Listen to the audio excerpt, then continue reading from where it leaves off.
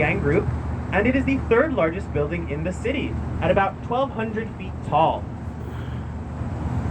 Now, it is still in the Guinness Book of World Records for a different reason. That is the largest structure in the entire world designed by a woman, Jeanne Gang.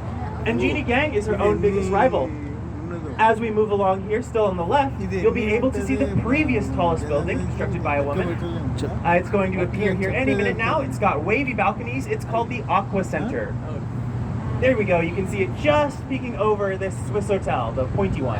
Those wavy balconies up there, none of those balconies are the same. They're all different. And that was also constructed and designed by Jeanne Gang. Jeanne Gang is her only we could claim the same. All right. As we pass by that tower, the Vista Tower, St. Regis, with its three tall towers, you can see that there are actually some important construction features that are built into the tower itself, one of which is the balconies. There are balconies on the east and west side, but you will notice something. They are recessed into the building. Balconies are like belly buttons. They're either innies or they are outies. And outies, balconies that stick out into the air, they catch the wind like an airplane wing, which is unfortunate if you happen to live in the Windy City, because that's going to cause a lot of turbulence in tall structures like that. In fact, you'll notice that Jeanne Gang's Vista Tower is the tallest building anywhere along the riverfront, or anywhere along the lakefront, and that is in part because these new construction technologies were required to build that high, because the winds are so strong coming off of the lake. Now we're passing under Columbus Drive Bridge. Like I said, all of our bridges are drawbridges. They didn't used to be drawbridges in this style, though. They used to rotate around a central pylon, but those were taken out and replaced by these drawbridges in order to allow more access to the river itself, allow larger barges to travel through and along it. But as we come out from underneath Columbus Drive Bridge here in just a second, you're going to be greeted by the second tallest building in the entire city. Now, I'm still fairly new to this. Whole tour guide thing.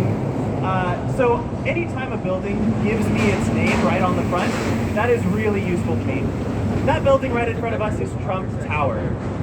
Trump Tower, like I said, is the second tallest building in the city. It's 98 stories tall, 1,388 feet high. And it was built by the construction company Skidmore, Owings, and Merrill. Now, SOM, as we fondly call them, are also the brain trust behind some of our other famous buildings, including Sears Tower, Hamilton Tower, the John Hancock Center, and a number of other buildings along our tour. You'll notice that each of its levels is fist bumping, kind of, giving an architectural fist bump to the buildings that preceded it. This lowest one is sort of bumping up against a building next to it, this one with the clock tower. Now that clock tower building is the Wrigley Building. The Wrigley Building was built in the late 1800s, or rather it was begun in the late 1800s, finished in the early 1920s, and it is entirely clad in terracotta. That terracotta has to be hand washed once a year, because terracotta cannot be power washed like glass or steel can. And so every year they get up there and they delicately hose it down by hand. You'll notice that the lighter terracotta is at the top of the building and the darker terracotta is at the bottom. That's designed to make it seem even taller than it already is. And yes, it is by the same Wrigley company that provided chewing gum and our Wrigley Field, located in Wrigleyville to the north of the city. So if you like sports, you might want to check out that building, or Wrigley Field itself. All right, as we pass under the disabled bridge, you can look to the left. The left side of the disabled bridge is the location of the original Fort Dearborn. Now, Fort Dearborn was sort of the first permanent settlement in the area, rather the first non-native permanent settlement, and it's sort of where we consider our origin. But if you look sort of to the left, you'll see a really